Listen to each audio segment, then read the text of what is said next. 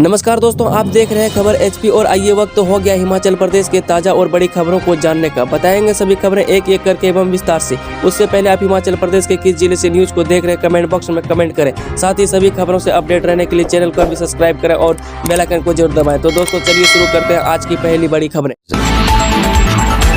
1844 outsource कर्मियों को राहत, 30 सितंबर तक बढ़ाई सेवा अवधि। जो कोविड काल के दौरान प्रदेश के स्वास्थ्य संस्थानों में आउटसोर्स पर भर्ती किए गए 1844 कर्मचारियों की सेवाएं 30 सितंबर तक बढ़ा दी गई है। वहीं कोविड-19 महामारी के समय विभिन्न मेडिकल कॉलेजों और स्वास्थ्य संस्थानों में आउटसोर्स पर staff nurse, data entry operator और चतुर्थ श्रेणी कर्मचारियों सहित अन्य श्रेणियों के 1844 कर्मचारी भर्ती किए गए थे, जिनकी सेवा अवधि 30 जून को समाप्त हो गई है। वहीं बता दें कि सरकार ने इस अवधि को 1 जुलाई से 30 सितंबर तक बढ़ाने का निर्णय लिया है। इससे प्रदेश सरकार को लगभग 15 करोड़ रुपए की अतिरिक्त वहन करने होंगे। हिमाचल के शीतकालीन स्कूलों में आज अवकाश, शिक्षा विभाग ने जारी किया आदेश। हिमाचल के शीतकालीन स्कूलों में सोमवार 17 जुलाई को अवकाश घोषित किया गया है। वहीं उच्च शिक्षा निदेशालय की ओर से इस संबंध में आदेश जारी किए गए हैं। वहीं प्रदेश में जारी बारिश के चलते शिक्षा विभाग ने यह फैसला लिया है। इससे पहले शीतकालीन स्कूल 10 से 15 जुलाई तक बंद किए गए थे। दानी लोग debit, credit card, net banking, QR code, UPI से कर सकेंगे दान। हिमाचल प्रदेश में दानी लोग debit card, credit card, net banking, QR code और यूपीआई जैसी विभिन्न भुगतान विधियों का उपयोग कर कहीं से भी इस आपदा राहत कोष 2023 में अंशदान कर सकेंगे। वहीं बता दें कि मुख्यमंत्री सुखविंदर सुक्खू ने रविवार को हिमाचल प्रदेश के आपदा प्रभावित लोगों की सहायता के उद्देश्य से एक डिजिटल प्लेटफॉर्म को शुरू करते हुए आपदा राहत कोष 2023 वेबसाइट लॉन्च की है। वहीं मुख्यमंत्री ने कहा कि हिमाचल में भारी बारिश के कारण आई विपदा से प्रदेश को उभारने के लिए देश और विदेशों से लोगों ने सहायता करने की इच्छा व्यक्त की है। वहीं लोग सुविधाजनक तरीके से सहायता राशि उपलब्ध करवा सके, इसके लिए सूचना प्रौद्योगिकी और गवर्नेंस विभाग ने एक पारदर्शी वेब लिंक विकसित किया है। इस लिंक से कोई भी व्यक्ति ऑनलाइन अंशदान कर सकता है और अपने मोबाइल डिवाइस पर रसीद प्राप्त कर सकता है। बीएससी नर्सिंग की 1400 सीटों के लिए काउंसलिंग आज 43 कॉलेजों के लिए होगा चयन। जे प्रदेश भर में BSc nursing, post basic BSc nursing और एचएमएससी नर्सिंग की सीटों को भरने के लिए पहले राउंड की काउंसलिंग शुरू हो गई है। वह प्रदेश भर के करीब 43 नर्सिंग कॉलेजों में करीब 1400 सीटों भरी जानी है। वह बता दें कि अटल मेडिकल एंड रिसर्च यूनिवर्सिटी नेचो के मुताबिक पिछले दिनों मौसम खराब होने के चलते अभ्यर्थियों को कॉलेज चॉइस करने के लिए तिथि बढ़ाई थी। अब 17 जुलाई को पहले राउंड की काउंसलिंग में प्रोविजनल सीटों का आवंटन किया जाएगा। हिमाचल में नीली क्रांति का हो रहा है आगाज, इस वित्त वर्ष 120 टाउट इकाइयों के निर्माण का लक्ष्य।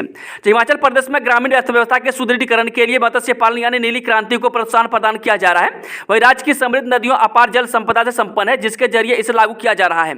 इस बारे में जानकारी देते हुए सीएम सुक्खू ने कहा कि मत्स्य पालन क्षेत्र में अपार संभावनाओं के दृष्टिगत इससे लोगों की आर्थिक को सुदृढ़ किया जा सकता है।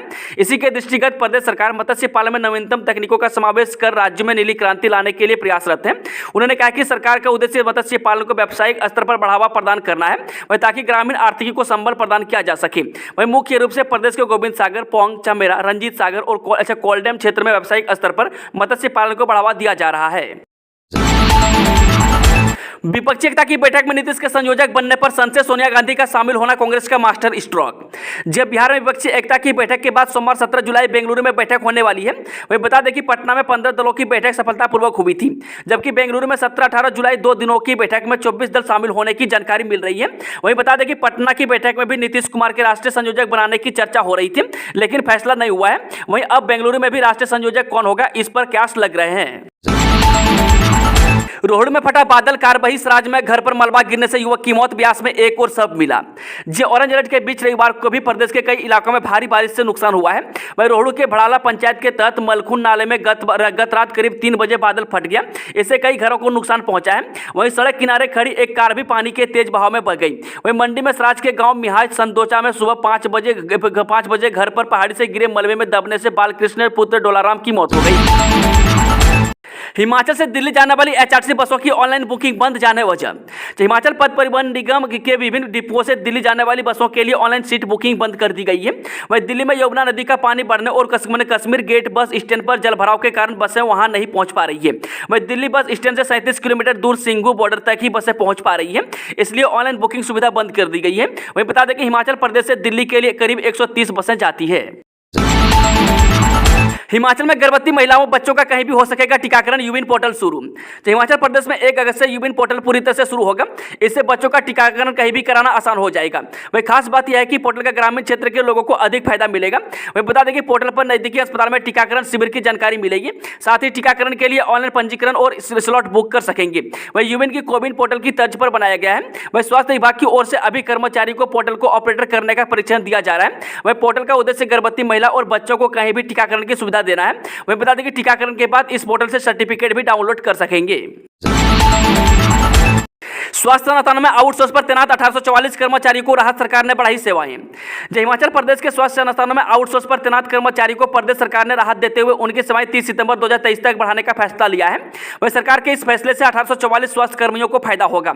इस बारे में जानकारी देते हुए मुख्यमंत्री सुखविंदर सुक्खू ने कहा कि कोविड-19 महामारी के समय विभिन्न मेडिकल कॉलेजों और स्वास्थ्य संस्थानों में आउटसोर्स पर staff nurse, data entry operator और चतुर्श्रेणी कर्मचारियों सहित अन्य श्रेणियों के 1844 कर्मचारी भर्ती किए गए थे, जिनकी सेवा अवधि 30 जून को समाप्त हो रही थी। उन्होंने कहा कि राज्य सरकार ने इस अवधि को 1 जुलाई से 30 सितंबर 2023 तक बढ़ाने का निर्णय लिया है। इससे प्रदेश सरकार को लगभग 15 करोड़ रुपए अतिरिक्त वहन करने होंगे। हिमाचल में भारी वर्षा का ऑरेंज अलर्ट, बाढ़ के साथ बादल फटने की आशंका, जाने पूरी अपडेट। तो हिमाचल प्रदेश के नागरिकों को अभी बारिश से राहत नहीं मिलने वाली है। वह मौसम विभाग की भविष्यवाणी के मुताबिक अगले 48 घंटों में हिमाचल के कई जिलों में जमकर बारिश होगी। वह मौसम विभाग ने भारी बारिश को ऑरेंज अलर्ट जारी किया है। इसी के साथ अचानक बाढ़ आने और बादल फटने की भी आशंका जताई जा रही है। सोलन में दर्दनाक हादसा, महिला कर्मचारी को ले जा रही बस पलटी, 18 गंभीर रूप से घायल। जब पंचकुला से बद्दी की एक स्पिनिंग मिल्स में आ रही कंपनी की बस मंधला में पलट गई, जिसमें चालक समेत 18 घायल हो गई। वह 3 महिलाएं गंभीर रूप से घायल हो गई हैं, जिनको चंडीगढ़ के अस्पताल भेज दिया गया है। वह प्राप्त जानकारी के अनुसार पंचकुला से धागा कंपनी की बस नंबर CH1TB 0724 सूरज के पास से कंपनी के कर्मचारी को लेकर आ रही थी। जैसे यह बस मंधला पंचायत घर के सामने पहुंची तो संतुलन खोकर साथ लगते ढलान में गिर गई। वह हादसे में 15 महिला कर्मचारी आंशिक रूप से घायल हुई। उनको ESI काटा भेजा गया है, जबकि 3 कर्मचारी गंभीर रूप से घायलों को तुरंत अस्पताल रेफर कर दिया गया है। मनाली के हनुमान टिब्बा के रास्ते में मिले लापता 2 पर्वतारोहियों के शव। हनुमान टिब्बा में लापता हुए 2 पर्वतारोहियों के शव रविवार को बरामद कर लिए गए। वह हनुमान टिब्बा के रास्ते में टेंडू गली नामक स्थान में दोनों शव बर्फ में दबे मिले। वह 25 सदस्यीय रेस्क्यू टीम शव मनाली ला रही है। वह गौरतलब है कि कुछ दिन पहले 4 पर्वतारोही हनुमान टिब्बा की ओर गए थे। वह 3 पर्वतारोही मनाली जगतसुख के रहने वाले थे, जबकि चौथी महिला पर्वतारोही कर्नाटक की रहने वाली है। कुल्लू में 29 देशों के 687 विदेशी पर्यटक सुरक्षित डैम से अचानक पानी छोड़ने की जांच होगी। डीजीपी संजय कुंडू ने कहा कि पंडो डैम से अचानक पानी छोड़ना और इससे इतना अधिक नुकसान होना जांच का विषय है। वह फिलहाल आपदा का समय है और इस मामले की बाद में जांच की जाएगी। वह कुंडू ने हाल ही में प्रदेश भर में आई आपदा से निपटने में SDRF और हिमाचल पुलिस की भूमिका की सराहना की। वह कुंडू ने कहा कि हिमाचल पुलिस राष्ट्रपति पदक से अलंकृत होने वाली देश की 7वीं राज्य की पुलिस है, जो सतर्कता एवं प्रोफेशनल तरीके से हर चुनौती का सामना करती है।